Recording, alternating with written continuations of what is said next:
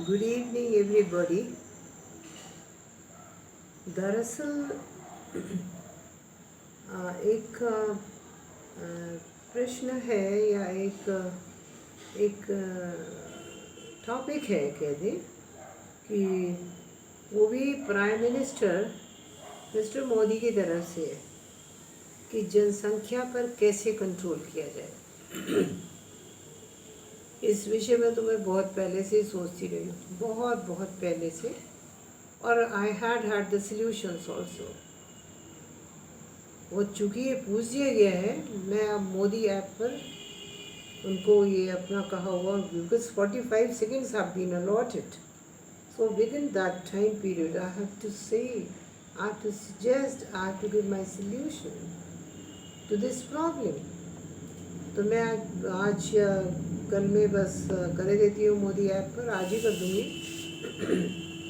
और बाकी जो रास्ता है उस पर भी कर दूँगी, जो मैंने कहा, जो मैंने सोचा। इसके बाद मैं थोड़ा सा और बोलूँगी।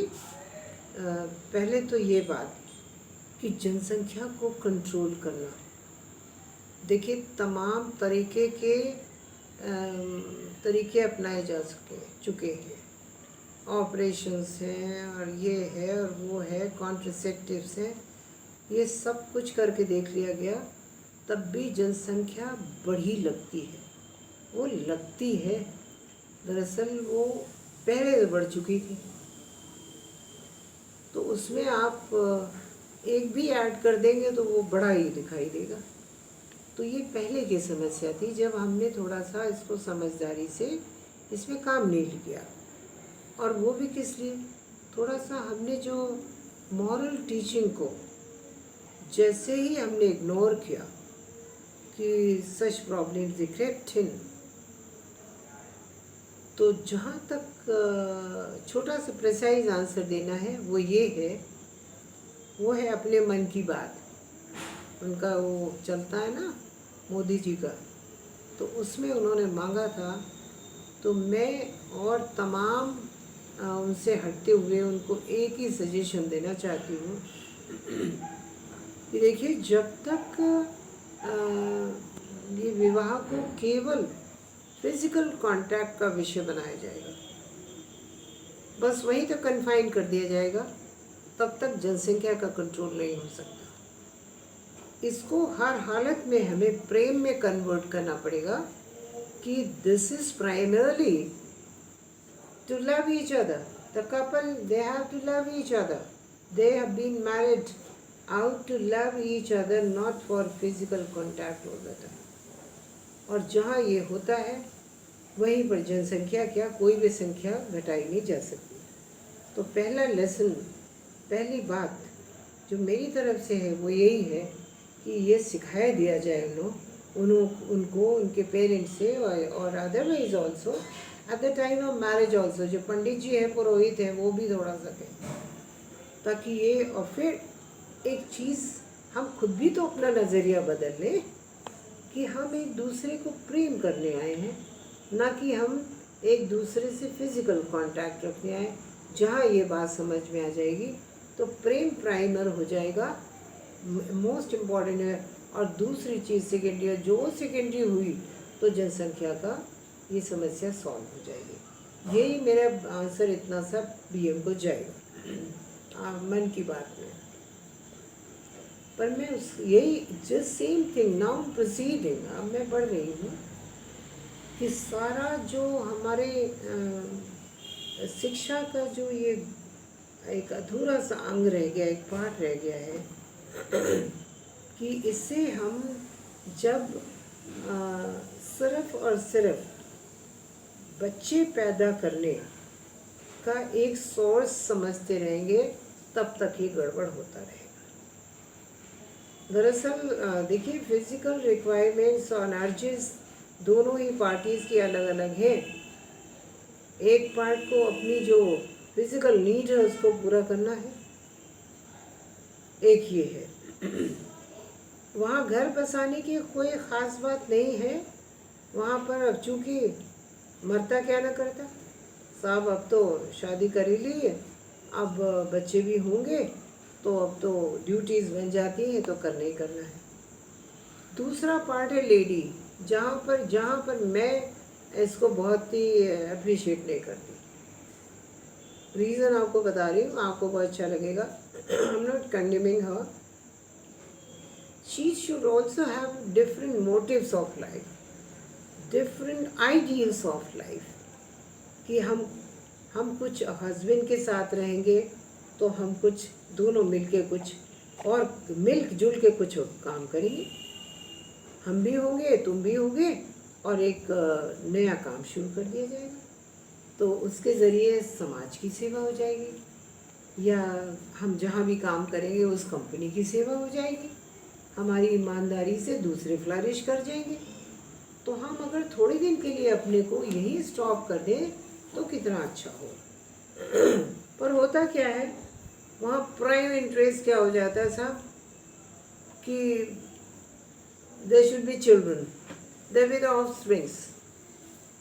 तो मैडम जो है उनका जो थोड़ा सा सोच है वो जाता थोड़ा सा गलत, और अगले को दूसरे तरीके की चाहत भी होती ही है, तो वो फिर रोका नहीं जा सकता। इस चीज़ को हर हालत में कि हम जल्दी से किसी बात में जल्दबाजी ना करें, पहले देखें, एक दूसरे को समझें। अगर हमारी अरेंज मैरिज है तो थोड़ा सा पेशेंटली एक दूसरे की चॉइस को, एक दूसरे के लाइक्स डिसलाइक्स को देखें, थोड़े एक दूसरे की अर्जेस को और different other kinds apart from this उसको पूरी करें, एक दूसरे की देखभाल करें और थोड़ा सा सोशलाइज भी करें दोनों मिलके, तो कितना अच्छा होगा। लेकिन अब इसी को ही अगर अपना प्राइमरी मोटिव बना जाते हैं तो वो गलत हो जाता है। देखिए वेदों में भी और स्वामी दयानंद ने तो बहुत ही स्पष्ट तरीके से कह दिया है कि मैरिड लाइफ के फर्स्ट 4 years में तो बच्चे करने की सोचना ही नहीं चाहिए। उसकी वजह है उस समय मूड, उस समय जो एक अलग तरीके का सोच होता है, वो अटर एक्साइटमेंट बगैर आगे पीछे सोचे हुए वो चलता चला जाता है, वो स्टीरियोटाइप वे में चलता है। तो वो उसमें जो चीज़ आ जानी चाहिए, जो समझ आ जानी चाहिए, वो कहाँ थी? वो समझ ना आने की वजह से जो प्रोजिनी है वो भी अच्छी नहीं होती, क्योंकि हम तो एक दूसरे प्रवाह में, एक दूसरे खुशियों में डूबे हुए हैं जो खुशियाँ नहीं हैं। तो उसमें डूबे हुए तो हम यही नहीं सोच पा रहे हैं कि जिसको हम दुनिया में ला रहे हैं वो उसका पर्पज़ यहाँ लाने का क्या है, हमें पता ही नहीं है साहब। तो इसी जोश में पहले के फर्स्ट 2-3 years में 2-2 बच्चे हो जाते, 3-3 बच्चे हो जाते। अगर तो इस चीज़ को फर्स्ट 4 years में रोक लिया जाए तो हमें समझ आ जाए ऑटोमेटिकली कि अब हमें अगर करना भी है तो ठीक है, हमें अपनी खुशी के लिए, परिवार को बढ़ाने के लिए, मैं तो कहती परिवार को बढ़ाने के लिए, कैसे दुनिया कैसे चलेगी, परिवार तो बढ़ाया जाएगा, पर उसमें हमारी सोच जो है वो रिफाइंड हो जाती है। उसमें ये सोचते हैं हम कि हम जो पैदा कर रहे हैं, पैदा करने जा रहे हैं, वो हमारे लिए, हमारे घर के लिए, समाज के लिए और अंततः हमारे राष्ट्र के लिए एक वरदान साबित हो। कहाँ थॉट बदल गया है, एकदम अपसाइड डाउन इट टर्न, और उसके रिजल्ट्स कितने बढ़िया होंगे आप सोच सकते हैं। और जहाँ हम अपना पहला ये टारगेट पूरा करते हैं एक बच्चे के साथ, तो फिर हमारी अर्जेस तब तक वैसे ही ऑटोमेटिकली वो कम हो गई होती है, फिर वो और कम हो जाती है।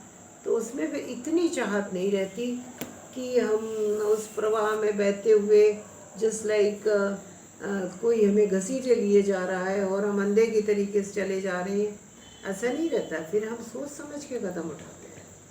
और आजकल खैर किसी हद तक बहुत लोगों ने एक ही बच्चे का वो विचार रख छोड़ा और किए भी हैं, बहुत अच्छा है एक ही बच्चा।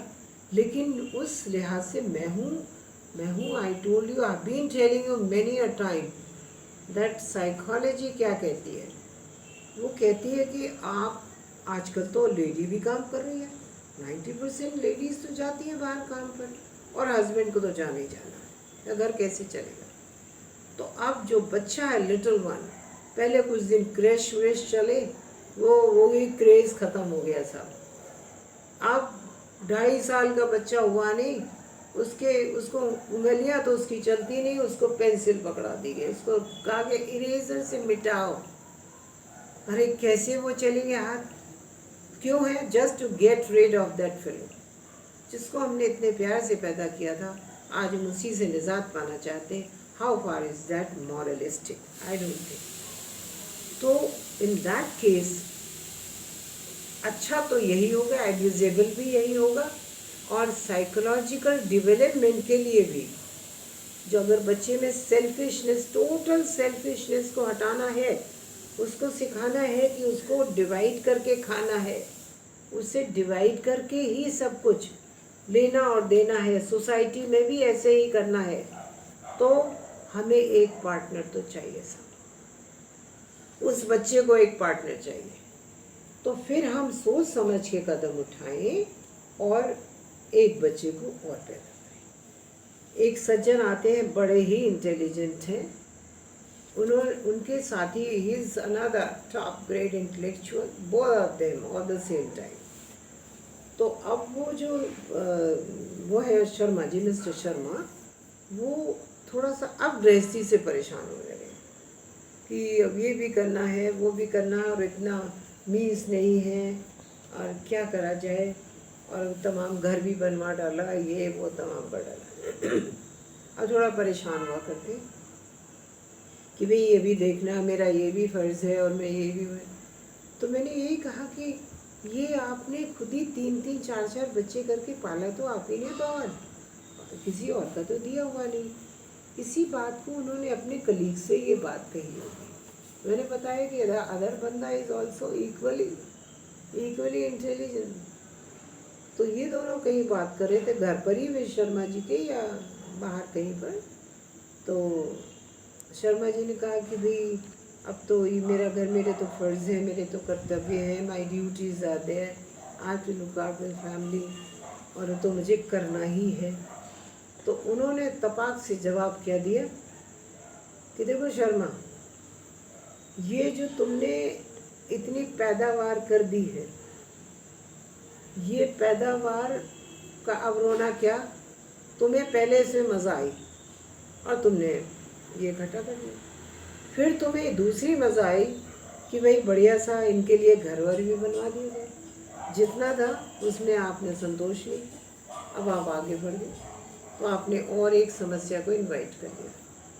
और अब आप ये कहो, अब आप परेशान हो, अब आप रो कि अब हमें ये भी करना है, तो हमें सबका करना नहीं। आपने you took much interest in other things first, initially you were responsible.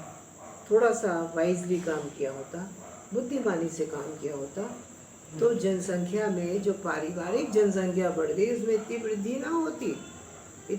ना होती, तो जितना था आपके पास रहने का अकोमोडेशन, उसमें ही आपको संतुष्टि होती। आप बच्चे भी क्या कहते हैं, बच्चे बजाय खुद उनकी हेल्प करने के कहते हैं पापा आप कर लेना।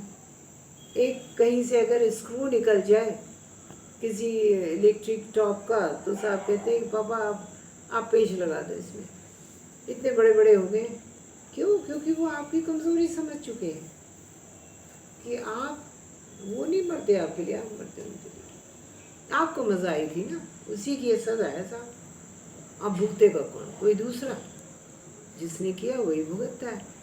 तो ये जवाब जो थे मुझे बहुत अच्छा लगा, और मैंने कहा कि मैं मोदी साहब की अपनी तरफ से ये समस्या, बस उसका एक ही निदान है, no contraceptives bloody this and that, their repercussions, their after effects are very bad. और फिर हमने सेल्फ कंट्रोल ही क्या सीखा, जब ये तो डंडे मारने वाली बात हो गई। चलिए साहब, हो गया, लेकिन होना क्या चाहिए कि हम उसे एक फिज़िकल टर्मिनेशन में ना ले जाएं, हम उसे मेंटली अलाइव रखे, मुझे जिंदा रखे ना, प्रेम को रखे ना जिंदा अपने हृदय में, अपने मन में, अपनी आत्मा में, तो वो बराबर फ्लरिश करता रहेगा। जैसे अमर वेल सा कहीं में लग जाती है और ऐसे पकड़ लेती है, ना उसको कोई पानी है, ना खाना है, ना दाना है, ना खाद है, ना पत्ती, और बढ़ती चली जाती है, ऐसे ही बढ़ेगी। आप इस पर एक्सपेरिमेंट करें लोग, तो ये बहुत बहुत बहुत ही अच्छा होगा। इसके बाद बच्चे भी बड़े प्रेमी पैदा होंगे। अभी मैं इसमें देख रही थी ऐसे यूट्यूब में कि एक लड़के ने अपनी मदर को जाके, किसी अनाथालय था या ओल्ड एज होम था, क्या था, उसके सामने मदर को वो ढकेल गया, उसने धक्का दे दिया, जाओ, और एकदम मुड़ के चला गया। आप बताइए ऐसा क्यों हुआ? क्योंकि वो जो हमने पहले बहुत ज़्यादा without thinking, without remembering the Almighty, He sends, we don't pray. तो जब सेंडर ही हमारा दूसरा, तो थोड़ा सा उसे याद कर लिया करें, तो वैसे भी मामला बहुत सुलझ जाएगा, बहुत ज़्यादा सुलझेगा, और जो आएगा वो भी बड़ा महान आएगा। आप वैसे भी खुश और वैसे भी खुश। Thank you.